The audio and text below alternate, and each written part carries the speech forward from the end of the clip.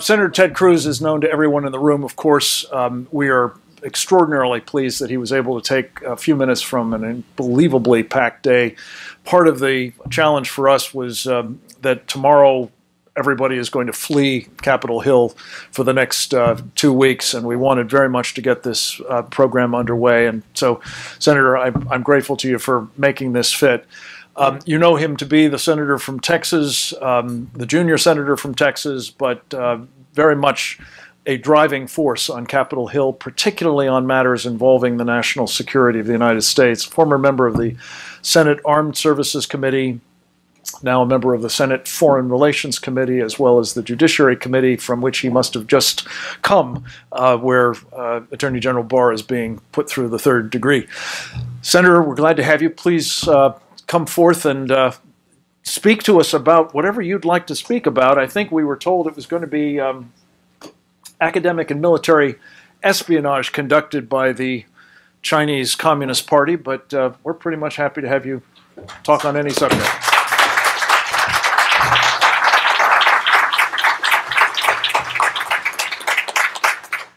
Well, Frank, thank you very much. Thank you for your friendship and your leadership. Thank you, everyone, for being here and for addressing the vital national security challenges facing our country.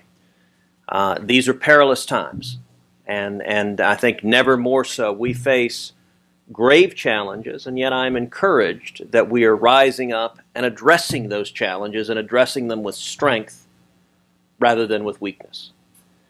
Let me talk to you today about China. That's the focus of the discussion here. China is, in my view, and the view of many, the greatest long-term geopolitical risk the United States faces. They are the greatest risk militarily, they are the greatest risk economically, and they are the greatest risk in expanding their world influence and seeking to constrain our own. So how should we deal with that risk? Well, nobody thinks that we can sever ties with China. China is a massive trading partner. China is integrally involved in the economy, our economy and the world economy. But China's interests are not our own. And I believe we need multiple tools to combat the geopolitical and geomilitary threat that we faced. One tool is simply the light of transparency. History teaches us something, that dictatorships fear truth. Tyrannies and dictatorships always appear stronger than they are until they crumble. Why is it that mighty China was so terrified of Tiananmen Square?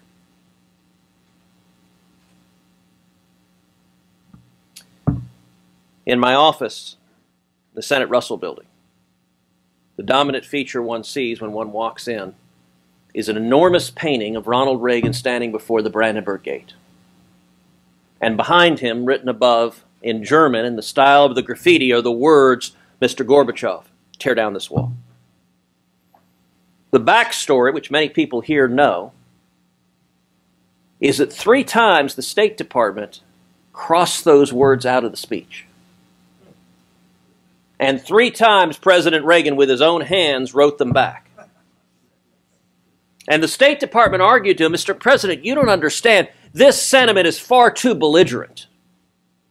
It's far too provocative. And Mr. President, come on, let's get serious. This sentiment is unrealistic. It will never, never, never happen. The Soviet Union cannot be defeated, and the Berlin Wall will never come to the ground." And Reagan, with a proverbial twinkle in his eye, said, "You don't understand. This is the whole point of the speech." And just a couple of years later, the Berlin Wall was torn to the ground without a single shot being fired. That's the power of truth. So how does that impact communist oppression? Because they cannot stand those words, communist oppression. The apologists for the Chinese communists that we have in the media, that we have sadly in Congress, are not advancing the cause of peace, or not advancing the cause of human rights. They're not advancing the cause of truth by hiding the truth.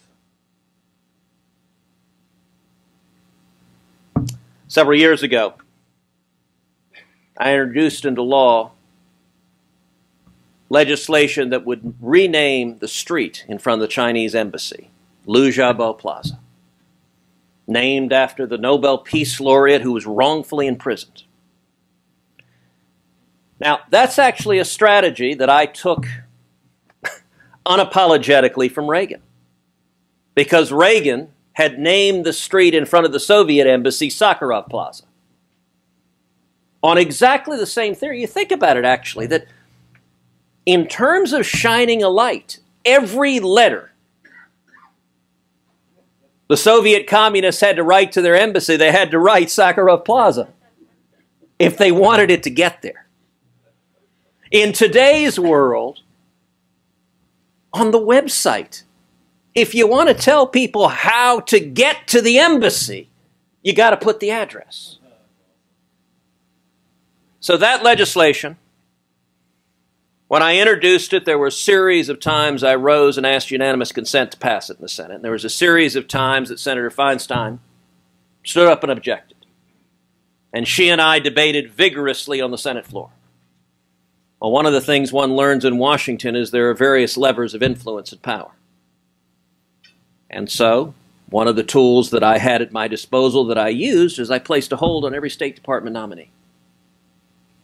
Said, we're done confirming State Department nominees until this gets through. Well, that dismayed a lot of people. And I said, listen, I'm perfectly willing to be reasonable. I'm perfectly willing to cut a deal, pass my legislation, and I'll lift the hold. They came back and said, well, how about we just pass a resolution? I said, that's an interesting idea. Let me repeat the deal again. Pass my legislation, and I'll lift the hold. Well, at the end of the day, what did the Senate do? It passed my legislation, and I lifted the hold.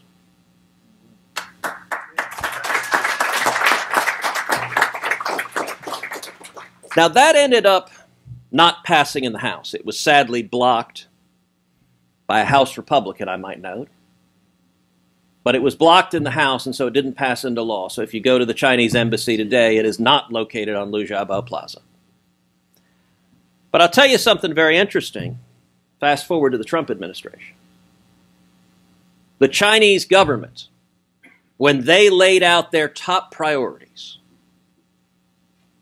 right at the top of the list is preventing that cruise legislation from passing into law. I remember having breakfast with Rex Tillerson at the State Department. He was shaking his head. He couldn't understand it, but for whatever reason, China, when they were talking to him, front and center is do not let that legislation pass. Now, at the time, Liu Xiaobo had passed. But his widow, Liu Xia, was still in China, was prevented from leaving China, was prevented from going and getting the proceeds of the Nobel Peace Prize that he had won. And so I told Rex very simply, I said, all right, I'll tell you what. Tell China to let Liu Xia go. If you let her go, I'll relent and stop pushing the legislation. But if they don't let her go, they'll see me continue to push it, and I'll point out I passed it once. And I have many faults, but lack of tenaciousness is not one of them. Well, I can tell you after considerable pressure, both public and private, China finally relented and released Liu Xia.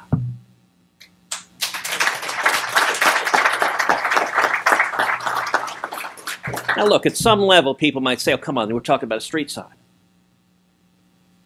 No, we're not. We're talking about shining a light into darkness.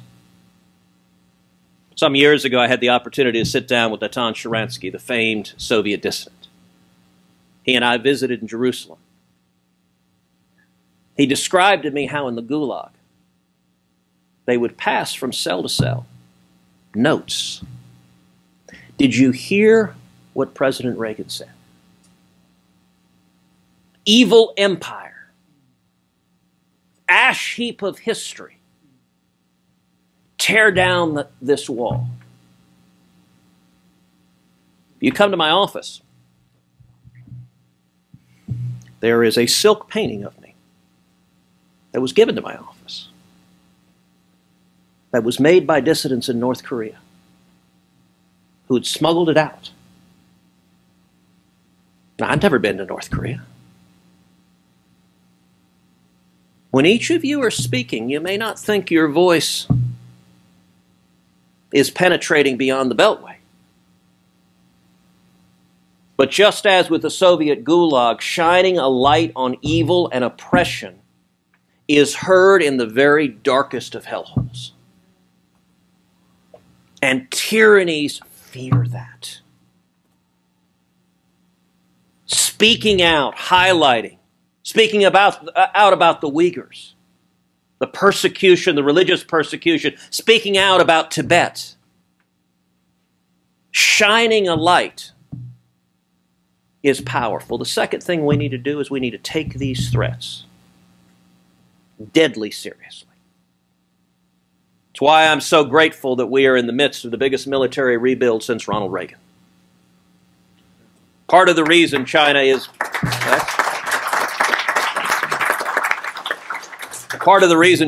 so formidable is that they are investing billions in building up their military forces. And after 8 years of the Obama administration of weakening our ability to defend ourselves, it is critical that we are, in fact, turning that around. And that includes not just jets, not just ships, both of which are desperately needed. But that also includes the next domain, which is space. The threat in space is profound. Our vulnerability in space is profound. The Chinese are investing billions in offensive weaponry in space. For years on the Senate Armed Services Committee, when generals or admirals would come before me, I would ask over and over again, I'd say, tell me, how many times are you practicing military exercises in a space-down environment? It's all fine and good to have a fifth-generation fighter aircraft.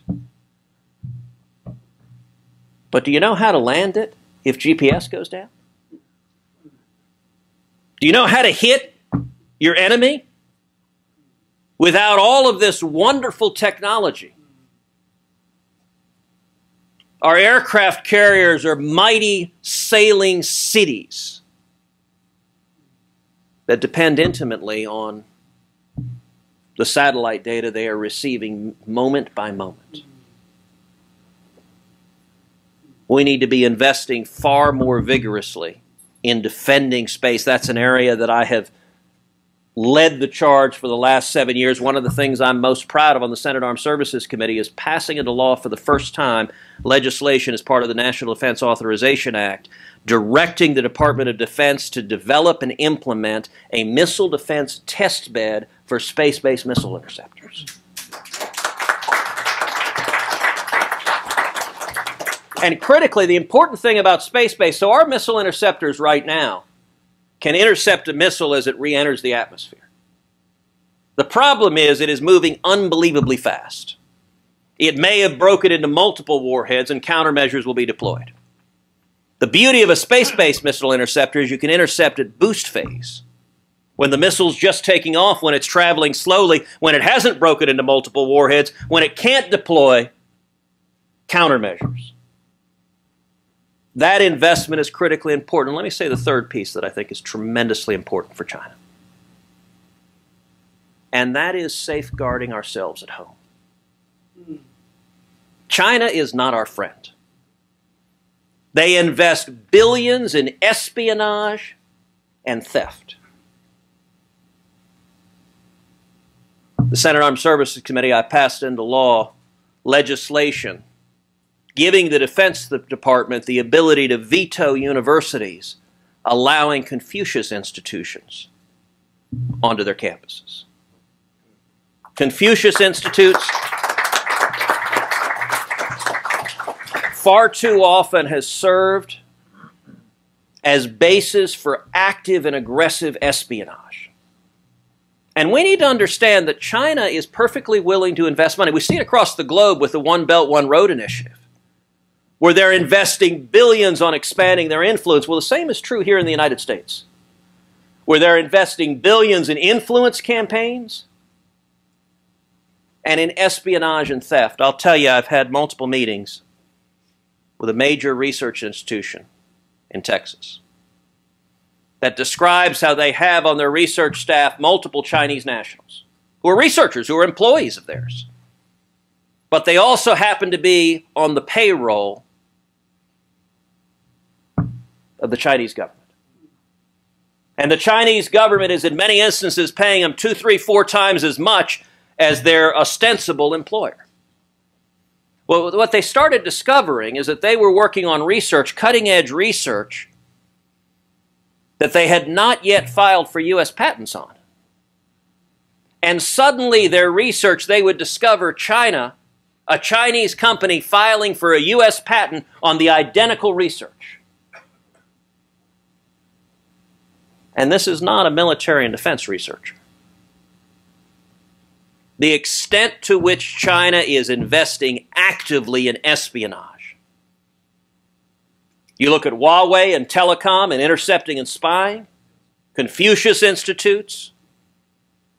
We need to guard ourselves at home. So those are the 3 things I would encourage you. Number 1, shine a light and speak the truth. Number 2, defend ourselves and be prepared to defend ourselves. And number 3, guard ourselves at home.